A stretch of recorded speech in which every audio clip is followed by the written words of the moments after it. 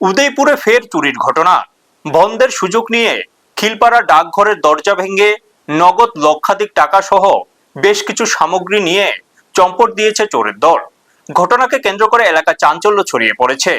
জানা যায়, প্রতিদিনের মতো ডাকঘর খুলতে গিয়ে কর্মী ননীগোপাল দাস অফিসের দরজা ভাঙ্গা এবং ভেতরের জিনিসপত্র লন্ডভন্ড অবস্থায় দেখতে পান।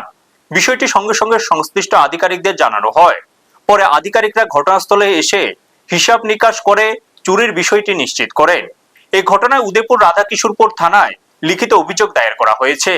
অভিযোগ পেয়ে পুলিশ ঘটনাস্থলে পৌঁছে তদন্ত শুরু করেছে। কিভাবে চোরেরা ডাকঘরে প্রবেশ করলো এবং কারা এই ঘটনার সঙ্গে জড়িত তা খতিয়ে দেখছে পুলিশ। ব্যুরো রিপোর্ট, নিউজ তৎকাল 24।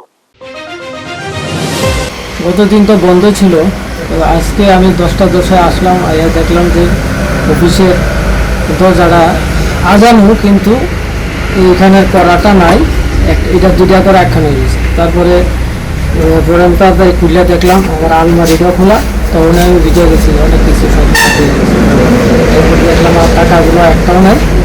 হ্যাঁ, এখন আবার হায়ার অথরিটি জানাইছি, তাদের থেকে ইনফরমেশন অনুসারে তারা আইসি, দেখছি আমার একটা লিখিত দিয়েছে যে থানাতে আমি জমা দিয়েছি। থানাবাবুরা আনুমানিক কত লক্ষ টাকা?